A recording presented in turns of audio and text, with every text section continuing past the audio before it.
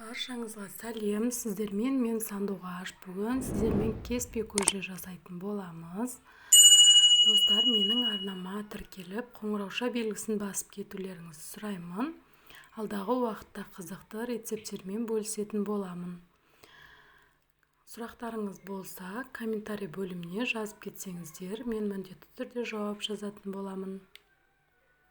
Бізге қажетті заттарымыз: ет, картошка, сәбіз, пияз, помидор керек болады. Осылай етімізді, сүйектерімізді бөліп турап алатын боламыз.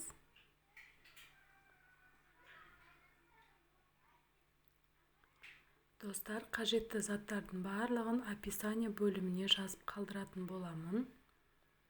Сол жаққа өтіп көрсеңіздер болады.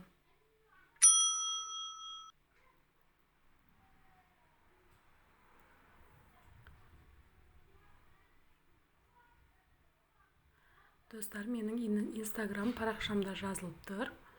Сол инстаграм парақшама да тіркеліп қойсаңыздар болады. Қазақша контенттің дамуына өз үлестеріңізді қоса отырыңыздар. Осылай барлығын турап алатын боламыз. Пиязымызды, сәбізімізді, картошкамызды барлығын бөліп турап алдық. Енді қазанымызды газге қойып, майын құйып алатын боламыз.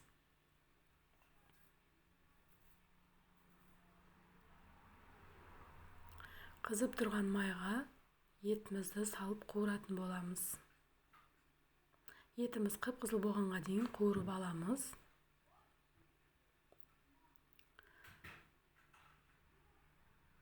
Достар, мен қамырын 2 жұмыртқа қамырға кішкене су қосып, илеп дем алдырып қойдым. Бұл жерін қамырымызды июі қанғанға дейін дем алдырып қоямыз. Арасында бір қайтарып қойсаңыздар да болады.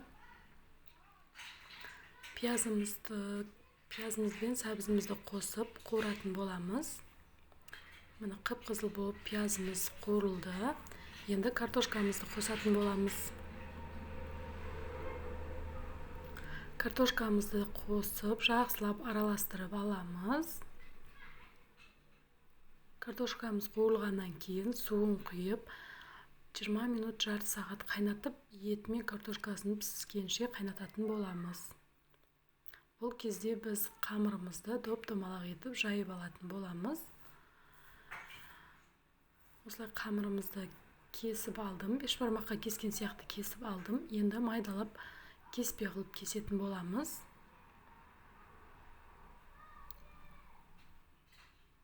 Арасына ұнды сеуіп, бір-біріне жабысып қалмау керек. Майда етіп турасаңыздар, өте әдемі болып шығады.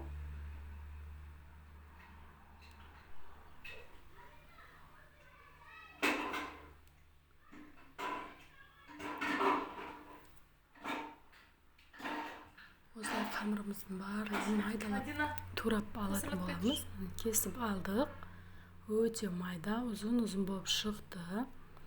Енді қайнап тұрған қазанымызға кеспемізді салып, 10 минут қайнататын боламыз.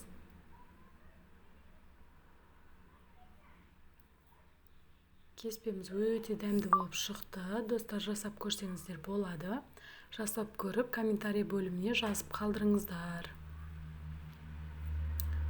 Сұрақтарыңыз болса, менен сұрасаңыздар болады. Жауап беретін боламын. Тұзын көріп алуды ұмытпаңыздар. Қазанымыз осылай 10 минут қайнаса, тамағымыз дайын. Видеомды соңына дейін қараңыздар, достар. Мына тамағымыз дайын болды. Өте дәмді болып шықты. Өздерің қара бұрыш или укроп дәмдеуіштер қоссаңыз болады. Өте дәмді болып шығады. Видеомды соңына дейін қараған болсаңыздар, рахмет.